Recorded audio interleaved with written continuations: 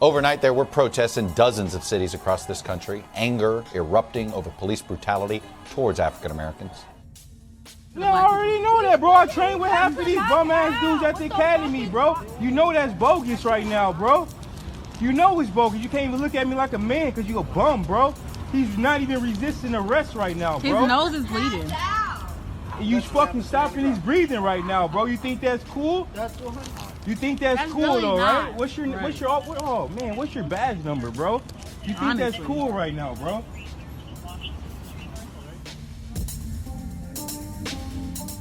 And tonight, for the first time, we are hearing that 911 call from Breonna Taylor's boyfriend, Kenneth Walker, desperately begging for assistance, all while trying to wake up his girlfriend that night. You said 26. Where was she shot at? I don't know. She's on the grill right now. I don't know. Help! Oh my God! Yes, help! What's your name, sir? Is she alert and able to talk to you? No.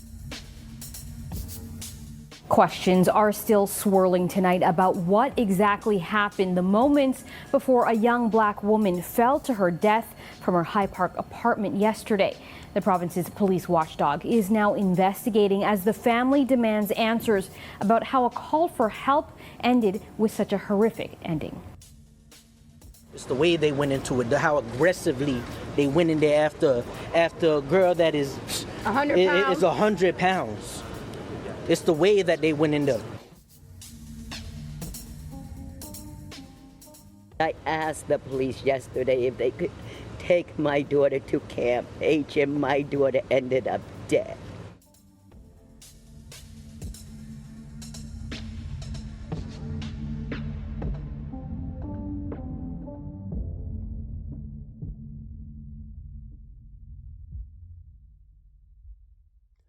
On October 31st, 2008, Abbas Abukar was found murdered in Northmont Park in Edmonton.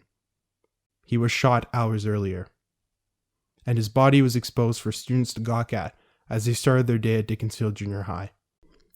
Abbas was an electrical technician, enrolled in the business program at Humber College in Toronto. He lived in Ontario with his family and came to Edmonton for the summer to live with his pregnant sister and make some tuition money. He was 21 when he was killed. The Edmonton police suspected that he had friends involved in gangs and drugs. His sister, Asha Abukar, told CBC in 2010 that the police didn't do enough to solve his murder. She said, and I quote, "They stated that in the news when he passed away, it was supposedly gang-related. But I believe that they feel that it's better they kill each other off than housing them in jails. And that really breaks our hearts. Because my brother was not a criminal. My brother was a guy who was trying to start his life." End quote. I was one of those students that day at Dickinsfield who saw Abbas in the park. So was Bashir Muhammad. We went back to Dickinsfield to reminisce on that moment and talk about the community and the police. There's a lot of rumors. I remember everyone being a little on edge, like all the teachers and admin and everything. And they had an assembly where they brought us all together, and they said, it was weird. I don't remember much from the assembly, but I remember them basically telling us, don't talk to media, because I don't know, it would make the school look bad or something. And I was just a kid.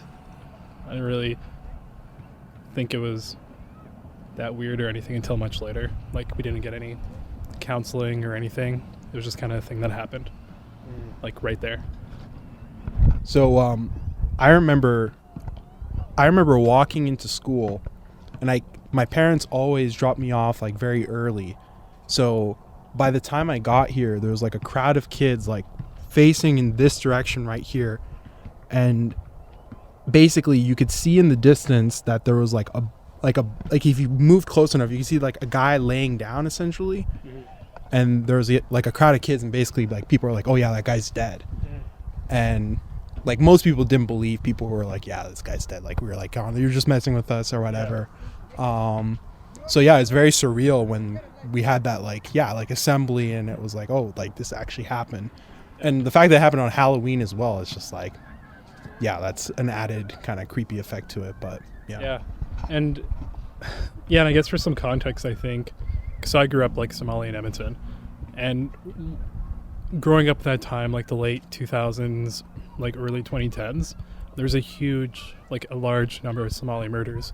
I think it was upwards of like 30 murders in Alberta. So actually right after this one happened, I was like watching TV or something, heard a bunch of gunshots, saw a bunch of police come, and then on the like 11 o'clock like global news, they were talking about a murder, and I found out, it was this young guy, I think early 20s, his name was Ahmed, and he was just killed in the parking lot.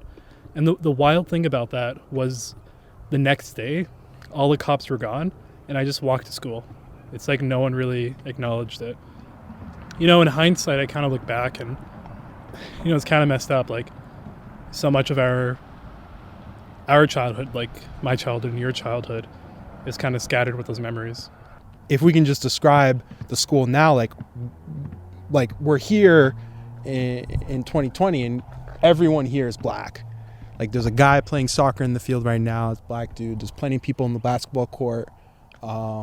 And I think it was really relatively similar when I went to school. It's a very diverse neighborhood, a very diverse school as well. Yeah. Sorry, I just noticed. You saw how that kid like rode his bike down the hill? Yeah. That's actually how I learned how to ride my bike. My sister took me to the top of a hill, like not that far away, and she like pushed me down the hill until I could ride the bike. So like that's like, it's kind of weird. Like I'm looking around, I'm just getting all these memories. And yeah, I don't know, like nothing's really changed. The only thing that's changed is, I guess, the kids playing basketball. Like I played basketball on that court. Those kids are just like the next generation. And it's kind of weird, like not recognizing them. Because growing up here, even in university, I would come back and I would recognize all the kids. So now it's kind of weird seeing basically a new generation kind of dealing with the same things we dealt with, right? Because there's still, unfortunately, murders that happen, and there's still issues with policing.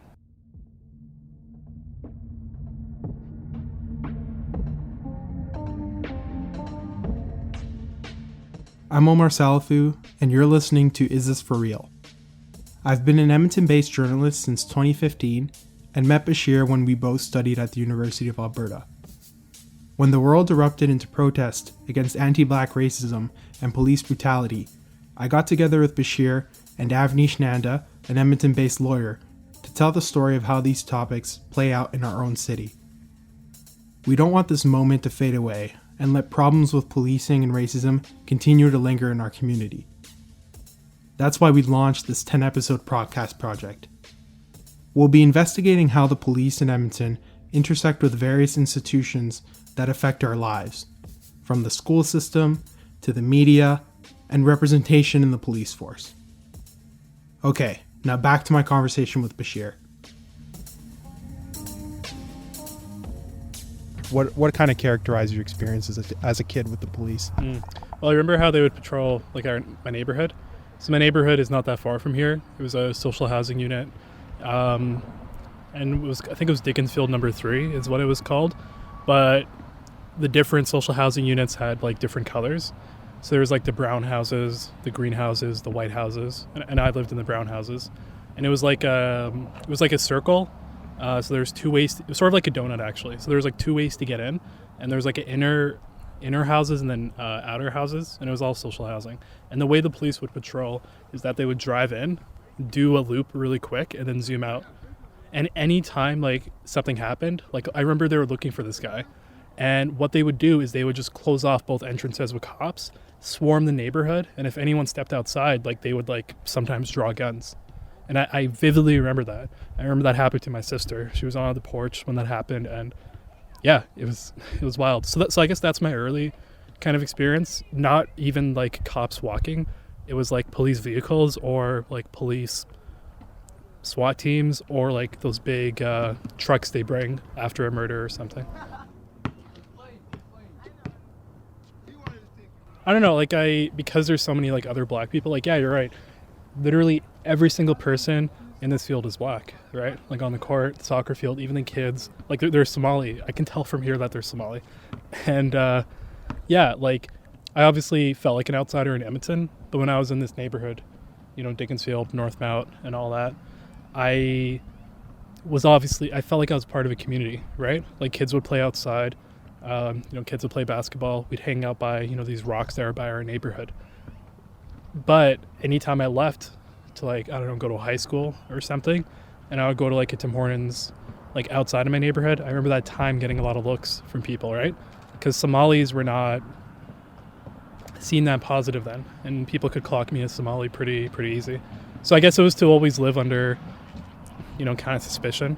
Also the way Somalis were portrayed in media too. Like when all the murders were happening, we were seen as like, you know, as gangsters, supporting gangs, because the way the police framed us was as not willing to. They framed us as like not wanting to cooperate. I remember there was a murder that happened, and a detective, I think his name is Bill Smith or something. Just to jump in here, the EPS detective's name is actually Bill Clark, not Bill Smith.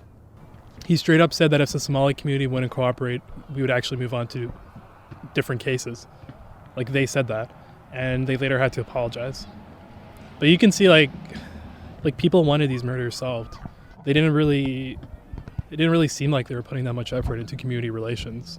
Instead, they treated us like, you know, we were under occupation. The other thing too, like the cops that did come by, the cops I did see, the cops I did interact with, it's like they weren't even from like the neighborhood. It's like they were from, I don't know, St. Albert, Sherwood Park. It just felt like we were being policed by like a foreign force, and they were all white. I don't remember a black cop coming till much later. The police, like, they still have a tough relationship, like with the Somali community, with the black community, right? They still don't want to address systemic racism in the force, and there's still a lot of secrecy around stuff like the school resource officer program. So I don't think much has changed. I think a lot of it is still, you know, the status quo. And I think if anything, that's why this project matters, because we want there to be some type of change. Like, we've now grown up, you know, we're now in the position where we can actually research this and I guess get answers to whether or not our experiences were real. Avnish Nanda is a lawyer in Edmonton.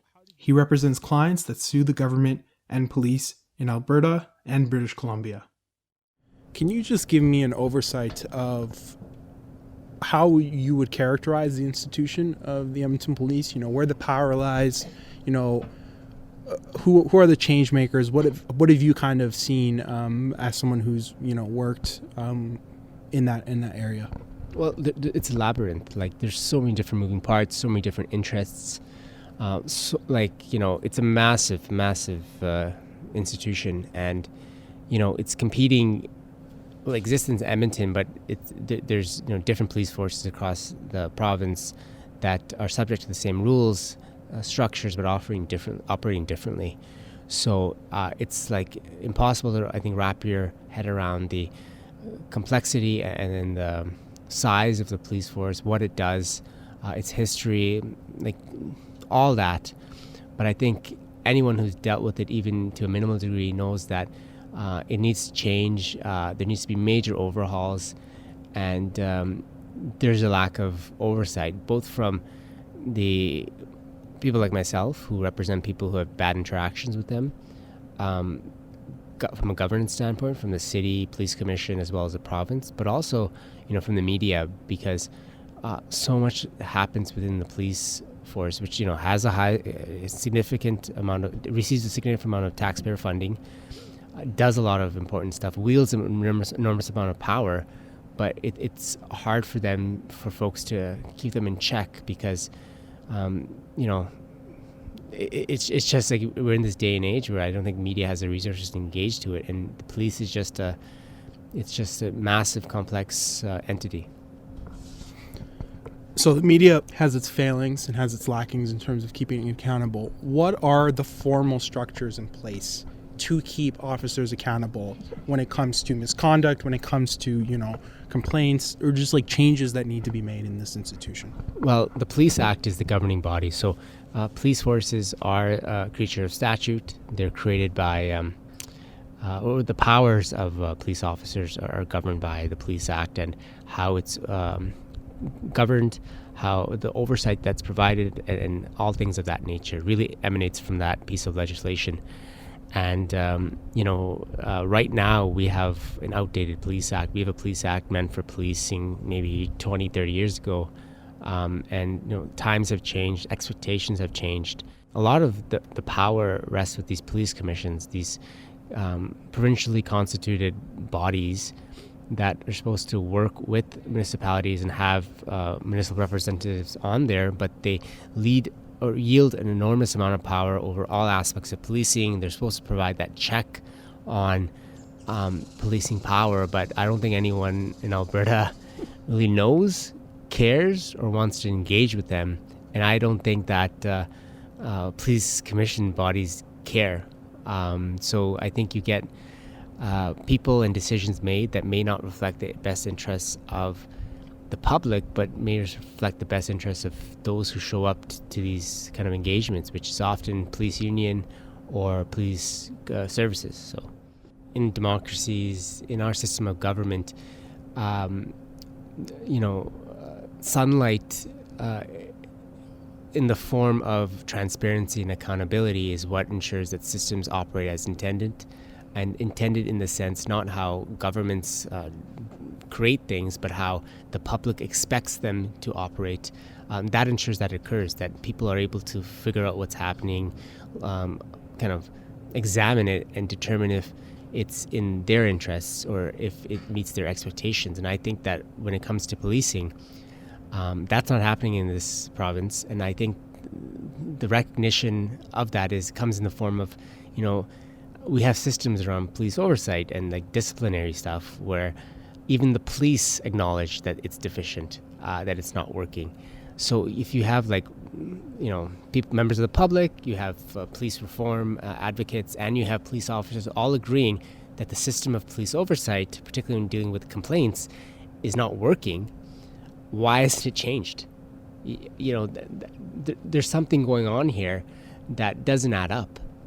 If all stakeholders agree that something needs to change, and they've agreed for the last decade, how come it hasn't happened?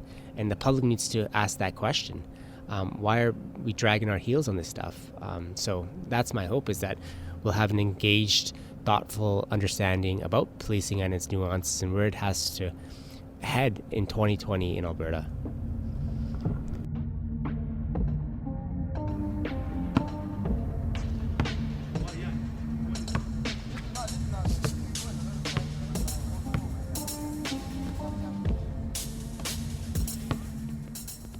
I guess for starters, I'm not an academic. I'm not really a journalist or anything. I'm literally just a random guy who is frustrated by the secrecy, when it comes to policing in our city. So, for example, I was the guy who got the carding data from the Edmonton Police Service, data that showed that black people were about 5 to 6 times more likely to be carded than white people. Indigenous women were 12 times more likely to be carded. And I did that because I remember asking a cop before, do we have a problem here? Because in Toronto, the stats were released and they showed that there was a problem. And the cop told me no. And, if I was young, if I was the age of these kids here, I would have just, let it go and just lived my life. Because I had other things to worry about. But I decided to find out more. It was a tough fight, because once we actually released the data and once we showed that there was a problem, what ended up happening was that they pushed back hard. Edmonton Police tries to push this reputation that they're compassionate force, they care about, diversity and all that. But the police chief back then wrote an op-ed saying that street checks are based off circumstance, not race, completely gaslighting us, completely saying that our claims weren't real. Another thing I've worked on is SROs, school resource officers. I grew up with a cop in my high school. Didn't really think it was weird because we were just used to it. And I wanted to find out more about the program. and I asked for basic data. Like I asked for how many arrests there are in schools, how many fines, what type of investigations go on in schools. I also asked for a breakdown of like race, gender, and all that. And the price I was quoted was $64,000. If the Edmonton police were this compassionate force, they would just give me this information, but instead I was met with a blue wall every single time. Why do you think you were met with that wall? Because I think they want to uphold the system. You know, if the first step of solving a problem is by recognizing that there is one. So if by Edmonton police continuing to, I guess, gaslight, you know, people like me, you know, the Somali community, when we say that there are problems, it shows that they're not really interested in solving these problems. So for me, it's, I guess, kind of recognizing that and realizing that it's something that I kind of have to do on my own. Weirdly enough, in this moment, there's now a lot of interest in that work. But yeah, it's already made change. You know, the data led to the program being heavily cut. Carding has went down substantially. Now every incident has to be reviewed by like a committee. It has to be reported to the police commission quarterly. So there was some systemic change. If we didn't ask those questions, then I don't think that would have happened. And I guarantee you that police would have never done that on their own. But when it comes to like the murders and stuff, like, you know, when you grow up here, you know, a lot of us were put in social housing, and it wasn't by choice really, right? Like a lot of our parents in Somalia, they were, you know, like they had jobs, like they either worked in the trades or they were, you know, professionals like engineers or nurses. Like my dad was an engineer, my mom was trained to be a nurse. And when we came here, their degrees were not recognized. So my mom cleaned at an old folks home. She was like a janitor there. And my dad, he worked at Rona, and he also worked at a meat packing plant in Brooks. So we didn't really see him that much. So you have many of these households where both parents are working, you know, double shifts. And yeah, the kids are growing up low income. There's not many opportunities for them. And with all that, you know, we're kind of like isolated here, you know, like we're kind of pushed into, you know, these areas, these communities, and we're kind of left on our own. And then, you know, government, police, and schools, they question why, you know, we're not performing well in school academically, so they stream us on lower courses. Police, they bust us for like really small things. They then look at us and say that we're problems when we're not. Like, this is a very vibrant community. If we had the same funding, the same resources, if we had the same type of policing that like a suburb has, not that far from here actually, on the other side, 97th Street, we'd be doing fine. One of my last few years living here, I actually decided to confront a cop, you know, and it was risky. So what they do is they'll drive around the neighborhood at like 1 kilometer an hour with all their lights on, and they'll actually do a few loops, and it's called preventative policing or whatever. And they would do this at midnight. It's like, I remember one time I had to work the next morning, and I was really annoyed. So I went downstairs. At this point I'm like 17, 18, I don't know, maybe 19. Anyways, walk out the door. My mom is like really afraid and just tells me to like be careful. And I go up to this cop and I ask him why they're doing that. You know, people are trying to sleep. And one of the first things he says is that, hey, you know, this is a rough area, right? Bashir actually recorded the entire interaction that he had with the police that day.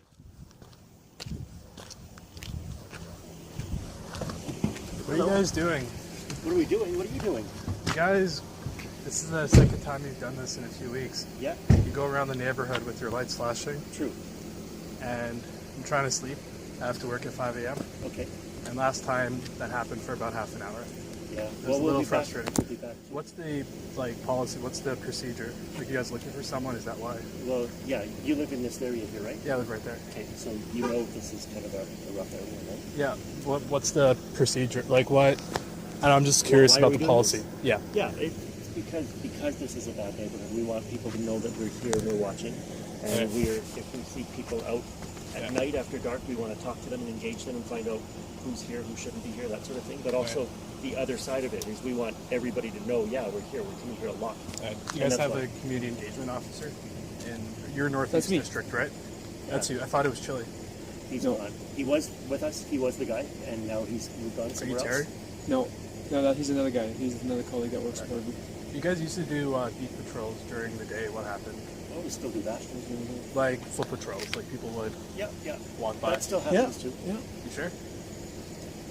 Yeah? Are you not seeing them? Is that what you're saying? I myself was here a few weeks ago. Okay. In this area, doing the same thing, driving around slowly, same thing. Me myself. The lights, I just want to make it clear. Like a lot of people here, they work late, right? They work early. Like I have to be up at 5, and it's the second time it's happened. In my window, like the lights, flash into my window. So you can get blackout blinds. That'll block out some light. Yeah, but I mean, because I'll tell you what the alternative is. We don't come around here. And then somebody breaks into your car, and there's people that are all over the streets. That's why we're here, right? It's because there was the problem. We're following the problem, right? But you guys don't have to do the lights. No, we do. Is that procedure? Well, yeah, it really is. It's part of the problem solving here. Yeah, but not everyone here can afford the. What's your name? Bashir. Bashir? I'm Robbie Bashir. Nice to meet you, Robbie. And you're. I'm Keith. Keith, are you guys Northeast? Yeah. And you guys, I'm going to be the new constable, your liaison constable. So you're new. That's me. In this year. I've been working Northeast Division for 5.5 years, and now I'm in this position where I'm into this area where all the problem areas are. He's your neighborhood cop. What's been defined as the problem area, with all the statistics, this is one of them. Right. So we, as a policy, as a EPS, as an organization, said, you know what, one way we're going to combat this is high visibility policing. We're going to put ourselves right in the middle of where the problems are. Unfortunately, you happen to live there. Yeah. Unfortunately, you're going to get lights in your eyes.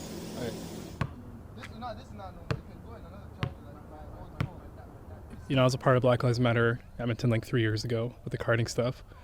And I remember it was hard to get even 20 people out to something. It was extremely difficult.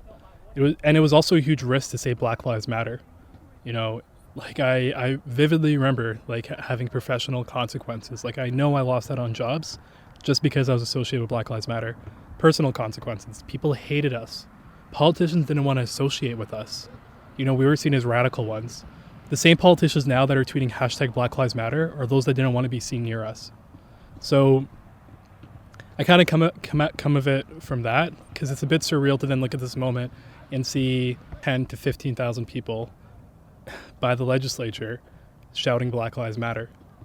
That's surreal. It makes me a little optimistic, but I'm a little cautious too, because the danger is a year from now we go back to having 10 to 20 people showing up to things. So I hope we can sustain this moment. I think one way to sustain this moment is a focus on local issues, because unfortunately at that protest, at least my perception of it was that there wasn't that much of a focus. It was more of a solidarity protest to what was happening in the US. And the danger there is that people will leave thinking that there's not really issues here. So I think maybe this is why this project is important, because it definitely does come from this moment that we're in. And I call it a moment because I don't really understand it yet. You know what I mean? We still haven't left it, and it's still going strong. I guess me and you, we want this moment to keep going. We want to do something meaningful that's long term, so that this is not something that just lasts a month. One of the ways this will lose speed and lose momentum is if the Edmonton police and our politicians are successful in trying to avoid accountability by pretending that these issues are not real. So I don't know. I think that's why it's important that we're doing this, so that we can show people that these issues are real, and not just from our we're talking a lot about our personal experiences, but we're going to show people the data. We're going to show people the research. We're going to give police an opportunity to respond. I think this is a good opportunity to show how policing is in Edmonton and how policing Black lives is in our city. Me and Bashir still don't know what happened to Abbas. The police don't either.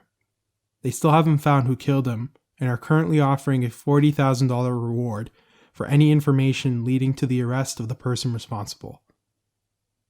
I can't help but think that the kids that are playing on the basketball court that day also have no idea what happened just a few meters across the field from where they're playing now.